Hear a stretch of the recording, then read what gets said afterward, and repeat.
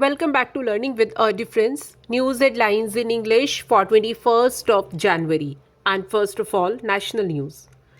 The National Company Law Tribunal ordered Go First liquidation.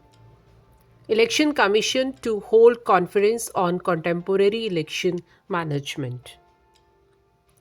Telcos asked government to remove import duties on telecom equipment. Republic Day parade will feature more cultural elements, Defense Secretary. Mahakumbh 2025 prohibitory orders issued till February 28 to maintain law and order. Om Birla urged political parties to devise internal code of conduct for members' behavior. Now some international news. Donald Trump to be sworn in as 47th president of USA.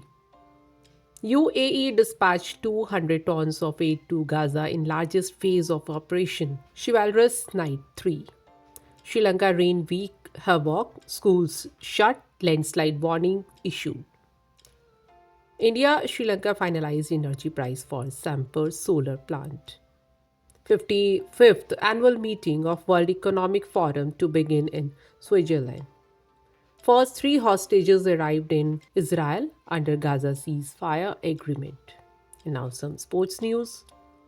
Women's Hockey India League JSW Surma Hockey Club defeated Delhi SG Pipers 5-1.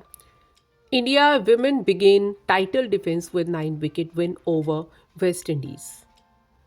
World number 1 Italian star Sinner held ruin for quarter-final berth. Rishabh Pant named captain of Lucknow Super Giants. And Kho World Cup after women, Indian men's team also crowned champion. Now news related to business. India became 7th largest producer in the world. Trump's inauguration impact oil prices. World Economic Forum President Brande predicted 7 to 8% GDP growth for India with the help of reforms. EBFO simplified process of updating personal details. And that's all in news. Thank you.